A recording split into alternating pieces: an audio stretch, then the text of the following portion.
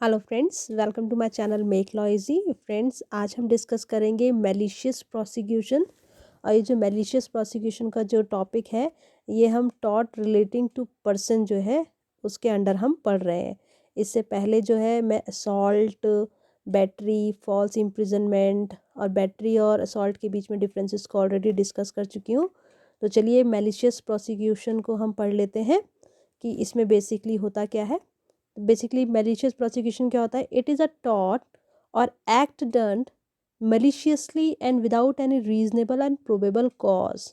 तो बेसिकली ये एक तरीके का टॉर्ट है, मतलब रॉन्गफुल एक्ट है जो कि मेलिशियसली मतलब रॉन्ग इंटेंशन के साथ में बिना किसी रीजनेबल और प्रोबेबल कॉज के किया जाता है। और किस चीज़ के लिए किया जाता है? To initiate judicial criminal proceedings against another, ताकि किसी दूसरे के खिलाफ जुडिशियल क्रिमिनल प्रोसीडिंग्स जो है उसको इनिशिएट किया जा सके, which terminate in favour of the other. इसका मतलब है कि जब एक पर्सन दूसरे पर्सन के अगेंस्ट मेलिशियसली मतलब रॉन्ग इंटेंशन के साथ में कोई केस फाइल करता है, उसके अगेंस्ट कोई कंप्लेंट फाइल करता है, ठीक है ना। और ये जो जुडिशियल प्रोसीडिंग है वो जो दूसरा पर्सन है जिसके अगेंस्ट ये केस फाइल किया गया था उसके फेवर में एंड होती है, और इसकी वजह से उस पर्सन की, जो दूसरा पर्सन है जिसके अगेंस्ट केस फाइल किया गया था, उसकी रेपुटेशन जो है उसमें उसको नुकसान होता है। तो ये आपका मैलिशियस प्रोसिक्यूशन होता है। इसको अगर हम शॉर्ट में समझें तो मैलिशियस प्रोसिक्यूशन होता है कि एक पर्सन जब दूसरे पर्सन के खिलाफ रॉन्ग इंटेंशन के साथ मतलब रॉन्ग इंटेंशन से बिना किसी रीजनेबल या प्रोबेबल कॉज के जुडिशियल प्रोसीडिंग्स इनिशिएट करता है, मतलब उसके अगेंस्ट केस फाइल करता है, गलत केस फाइल करता है। और इस जुडिशियल प्रोसीडिंग का रिजल्ट क्या होता है कि जब ये जुडिशियल प्रोसीडिंग एंड होती हैं तो वो किसके फेवर में एंड होती हैं? वो दूसरे पर्सन के फेवर में एंड होती है जिसके अगेंस्ट केस फाइल किया गया था। और इस केस फाइल करने की वजह से उस पर्सन की जो इमेज है, उसकी जो रेपुटेशन है, उसको कुछ डैमेज हुआ है, उसको नुकसान होता है। तो ये आपका मैलिशियस प्रोसिक्यूशन होता है। इसको हम एग्जांपल से समझ सकते हैं कि A makes a false complaint against B. A ने बी के खिलाफ एक रॉन्ग कंप्लेंट की, ठीक है, फॉल्स गलत कंप्लेंट की, ठीक है ना, for having committed burglary with a view to compel और force B to deliver some property to him.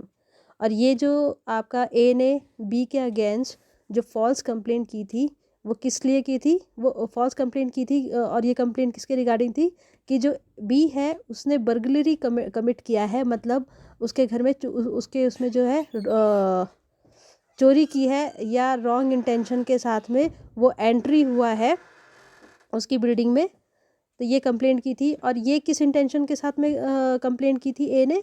कि ताकि वो जो बी है उसको फोर्स कर सके कि वो उसको कुछ प्रॉपर्टी दे दे केस सेटलमेंट के नाम पे या केस सेटल करने के नाम पे। तो इस केस में जो ए है, हम कह सकते हैं कि ए जो है वो लायबल होगा मैलिशियस प्रोसिक्यूशन का। अब मैलिशियस प्रोसिक्यूशन जो होता है उसके एसेंशियल्स क्या क्या होते हैं? Essentials of malicious prosecution. The plaintiff has to prove the following essentials for bringing an action for malicious prosecution.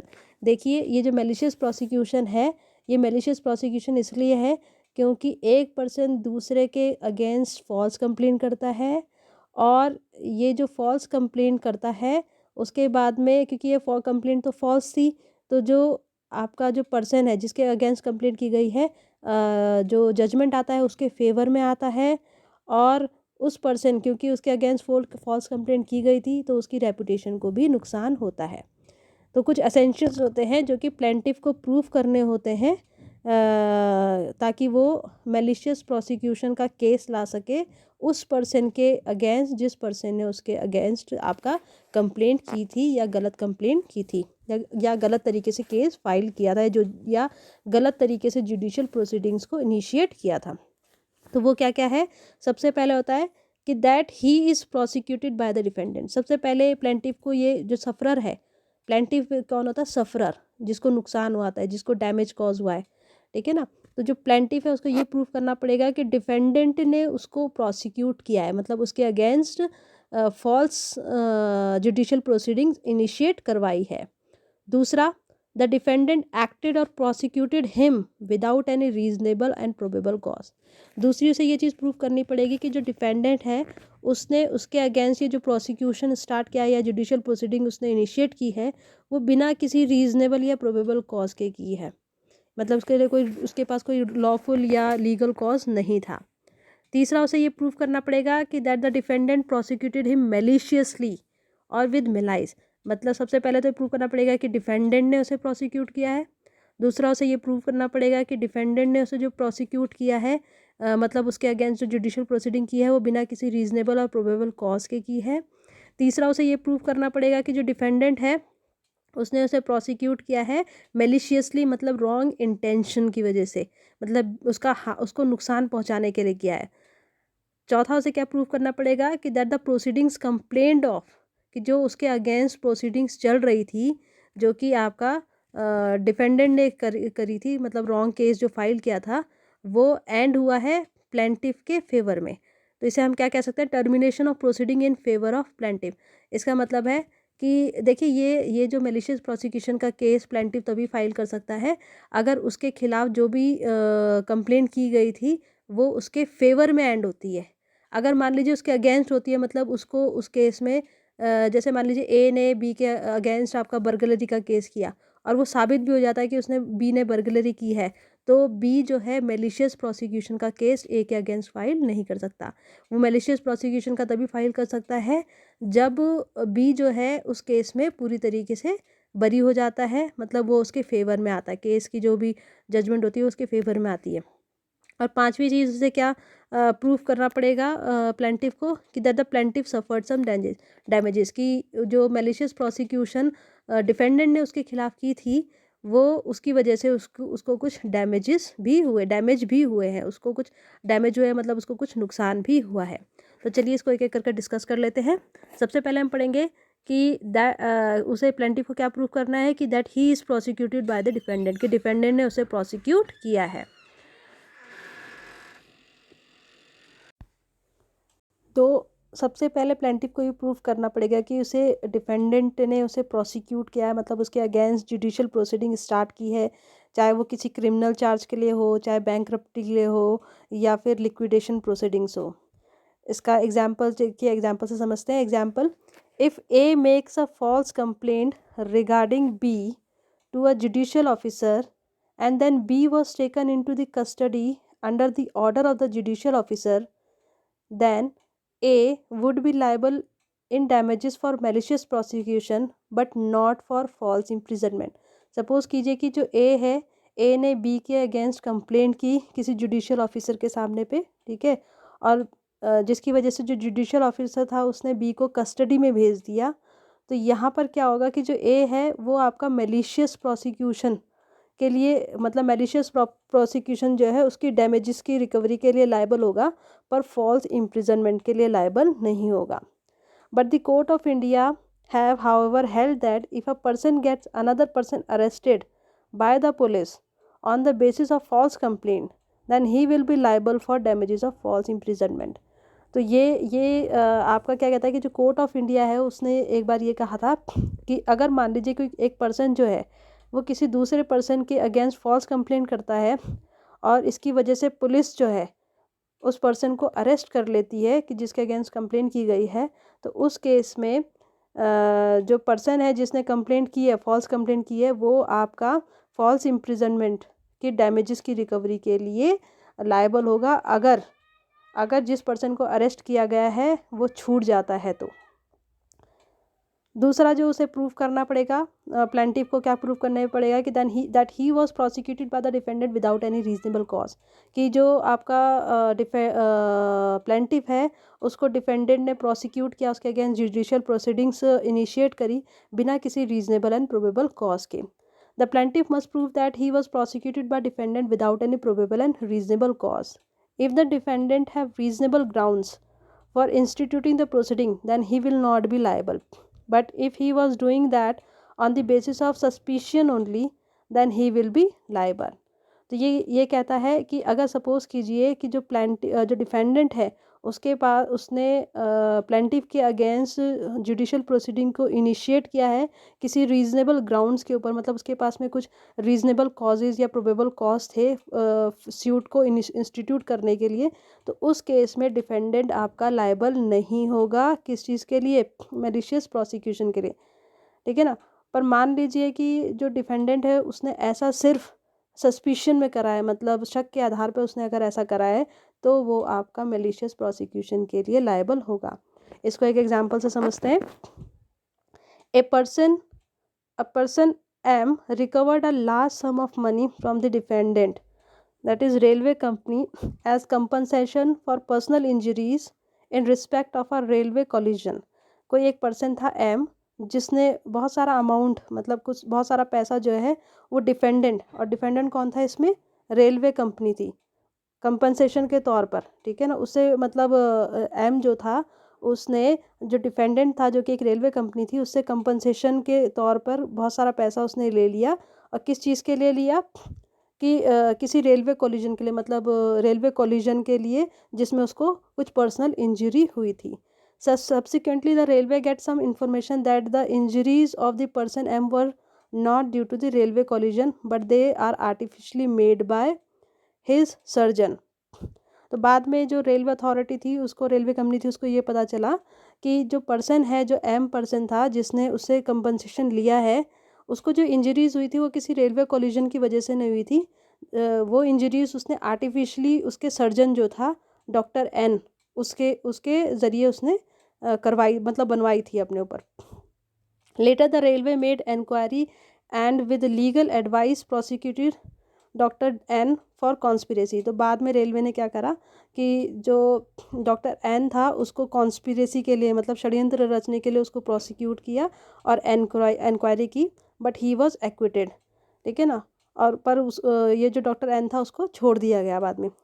In against the action of railway doctor N filed a suit against railway for malicious prosecution. अब doctor N तो छूट गया था, उसको षड्यंत्र के लिए उसको प्रोसिक्यूट किया गया था, तो डॉक्टर एन ने ना रेलवे के अगेंस्ट क्या कर दिया? केस फाइल कर दिया मैलिशियस प्रोसिक्यूशन का। By it was held by the court that the defendant were not liable as they honestly believe in the case. पर इस केस में कोर्ट ने क्या कहा कि जो डिफेंडेंट्स है वो लाइबल नहीं है उसके लिए डैमेजेस पे करने के लिए, क्योंकि वो अपनी ड्यूटी कर रहे थे और वो बिलीव करते थे कि, मतलब उनको सही में बिलीव हो रहा था कि जो आपका सर्जन एन है उसने कुछ इस तरीके की कॉन्स्पिरेसी की है एम के साथ मिलकर। अब हम नेक्स्ट पढ़ते हैं दैट क्या प्रूव करना पड़ेगा प्लेंटिफ को? थर्ड पॉइंट कि that he was prosecuted by malicious intention. So the plaintiff must prove that he was prosecuted with a malicious intention. तो प्लेंटिफ को तीसरी जो चीज़ ये प्रूव करनी पड़ेगी वो ये प्रूव करनी पड़ेगी कि उसको जो प्रोसिक्यूट किया गया, उसके अगेंस्ट जो जुडिशियल प्रोसीडिंग्स इनिशिएट की गई हैं वो मैलिशियस, मतलब रॉन्ग इंटेंशन, बैड इंटेंशन, उसको हार्म करने की इंटेंशन या किसी इल विल की वजह से किया गया है। The gist of the action of malicious prosecution is malice और improper motive, but in order to make out a cause of action or in order to bring an action, malice and want of reasonable and probable cause must occur। तो basically malicious prosecution जो है उसका अगर main crux जो है वो क्या होता है कि रॉन्गफुल इंटेंशन, मतलब इल विल के साथ में किसी के अगेंस्ट जुडिशियल प्रोसीडिंग इनिशिएट करना। पर उसके लिए साथ साथ में आपका probable cause, reasonable and probable cause जो है उसका होना, want of reasonable and probable cause का होना भी ज़रूरी होता है। One can prosecute a person, launch a criminal proceeding against a person only with a motive to maintain a public justice और to vindicate a private right. Prosecution of a man with any other motive is malicious. तो ये कहता है कि किसी भी person के against अगर मान लीजिए कोई क्रिमिनल प्रोसीडिंग जो है वो अगर इनिशिएट की जाती है तो वो किस लिए की जानी चाहिए? मतलब पब्लिक जस्टिस के लिए की जानी चाहिए या किसी प्राइवेट राइट को बचाने के लिए की जानी चाहिए। इसके अलावा अगर कोई जुडिशियल प्रोसीडिंग्स अगर स्टार्ट की जाती हैं किसी के खिलाफ तो वो मैलिशियस मानी जाती है। ना इसका एग्जांपल देखिए, suppose A files a complaint against B that he has been assaulted by B, here the use of proceeding is a proper one. Suppose कीजिए कि ए जो है वो बी के अगेंस्ट केस फाइल करता है कि बी जो है उसने उसे असॉल्ट ए को असॉल्ट किया है। तो यहाँ पर जो यूज़ ऑफ प्रोसीडिंग जो है वो एक प्रॉपर है। But suppose B is in lawful possession of a plot and A wants to have the plot, so A files a false complaints against B that he was in peaceful possession of a plot and B assaulted him and took the possession of the plot by the force। तो अगर मान लीजिए, तो ये तो case हो गया आपका पहला वाला जो भी पढ़ा मैंने। दूसरा क्या पढ़ा मैंने आपने कि मान लीजिए जो बी है वो आपका लॉफुल पोजेशन है उसके पास में किसी प्लॉट का, ठीक है ना, और ए जो है उसको वो प्लॉट चाहिए, और इसके लिए ए क्या करता है कि बी के खिलाफ रॉन्ग कंप्लेंट फाइल कर देता है, कि बी के अगेंस्ट रॉन्ग कंप्लेंट फाइल कर देता है कि ए के पास में, कि ए जो था उसके पास में उस प्लॉट का पोजेशन था, पर बी ने उसे असॉल्ट किया और उससे वो प्लॉट का पोजेशन ले लिया फोर्स अप्लाई करके। तो यहाँ ए जो है done this act with a motive to harass B. A ने जो ये एक्ट किया वो किस मोटिव के साथ किया कि ताकि वो बी को हराश कर सके, ठीक है ना, so that he may surrender the plot, ताकि बी जो है उस प्लॉट को सरेंडर कर दे ए को। Here the proceeding against B is malicious. यहाँ पर जो ए ने बी के अगेंस्ट जो प्रोसीडिंग की वो मेलिशियस थी, मतलब इल विल के साथ में की गई थी। A prosecutor can not be initiator of malicious prosecution even when he honestly thinks that the accused has been guilty of a criminal offense। तो एक जो प्रोसिक्यूटर जो है वो आपका मेलिशियस प्रोसिक्यूशन का जो है इनिशिएटर नहीं हो सकता, तब भी जब वो ऑनेस्टली ये बिलीव करता है कि जो एक्यूज है जिसके अगेंस्ट चार्ज लगाए जा रहे हैं वो किसी क्रिमिनल ऑफेंस का गिल्टी है। चौथा जो पॉइंट, मतलब जो चौथी असेंशियल है जो कि प्लेंटिफ को प्रूफ करना पड़ेगा, वो क्या प्रूफ करना पड़ेगा कि termination of proceedings in favour of plaintiff. Plaintiff को ये प्रूफ करना होगा कि जो उसके खिलाफ जो प्रोसीडिंग्स, जो फॉल्स प्रोसीडिंग्स या जो जुडिशियल प्रोसीडिंग्स उसके खिलाफ चल रही थी उसमें उसका जो जजमेंट है वो उसके फेवर में आया है और वो केस अब ख़त्म हो चुका है। It must be proved by the plaintiff that the proceedings against him have terminated in favor of him and have terminated in favor of him। तो ये मैंने आपको बता दिया कि उसको ये प्रूफ करना पड़ेगा कि जो भी उसके अगेंस्ट प्रोसीडिंग्स चल रही थी वो ख़त्म हो चुकी हैं और वो उसके फेवर में ख़त्म हो गया है।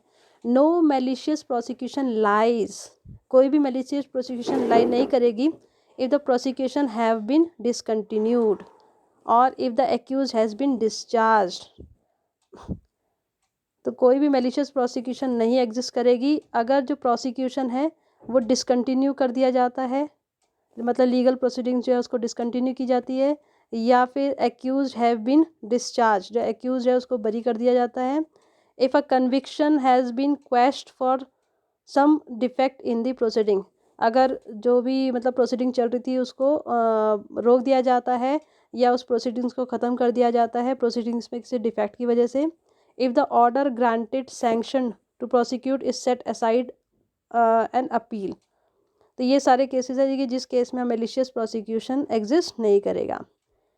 इन cases where withdrawal was the result of settlement between the prosecution and one of the several accused, then other accused are not entitled to make the claim।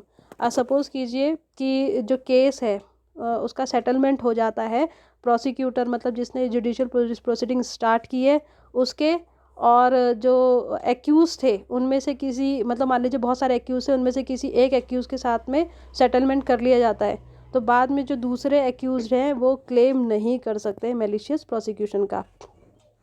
और लास्ट जो चीज़ प्लेंटिफ को प्रूफ करनी पड़ेगी वो ये प्रूफ करनी पड़ेगी कि जो प्लेंटिफ है उसको कुछ डैमेज हुआ है या मतलब उसको नुकसान हुआ है। The last requirement is that the plaintiff has suffered some damages as a result of the prosecution by defendant, मतलब उसको प्लेंटिफ को ये प्रूफ करना पड़ेगा कि जो डिफेंडेंट का एक्ट था उसकी वजह से जो प्लेंटिफ है उसको कुछ डैमेज हुआ है, उसको नुकसान हुआ है। If the plaintiff suffers no damage then he can not sue, अगर प्लेंटिफ को कोई डैमेज नहीं हुआ है तो वो डिफेंडेंट जो है उसको स्यू नहीं कर सकता, उसके अगेंस्ट केस फाइल नहीं कर सकता। The damage is the gist of an action for malicious prosecution, मतलब मेलिशियस प्रोसिक्यूशन जो है उसके अगेंस्ट अगर मेलिशियस प्रोसिक्यूशन का केस लेके आना है तो प्लेंटिफ को कुछ ना कुछ डैमेज होना ज़रूरी है, अगर वो डैमेज नहीं हुआ है तो वो केस लेके नहीं आ सकता। The damage may be one of the three kinds. Damage जो है वो तीन में से किसी भी एक तरीके का हो सकता है। डैमेज टू पर्सनस फेम, किसी पर्सन का जो फेम है, मतलब उसकी जो प्रसिद्धि है उसको डैमेज होना, उसको नुकसान होना। डैमेज टू हिज पर्सन, मतलब किसी पर्सन को पर्सनल डैमेज होना। और डैमेज टू हिज प्रॉपर्टी, या फिर उसकी प्रॉपर्टी को डैमेज होना, मतलब उसकी प्रॉपर्टी में कुछ नुकसान होना। तो फ्रेंड्स, ये हमारा जो मेलिशियस प्रोसिक्यूशन का टॉपिक है ये कंप्लीट हो चुका है। Thank you very much for watching, and if you like my videos please like and subscribe and also share my videos. Thank you very much.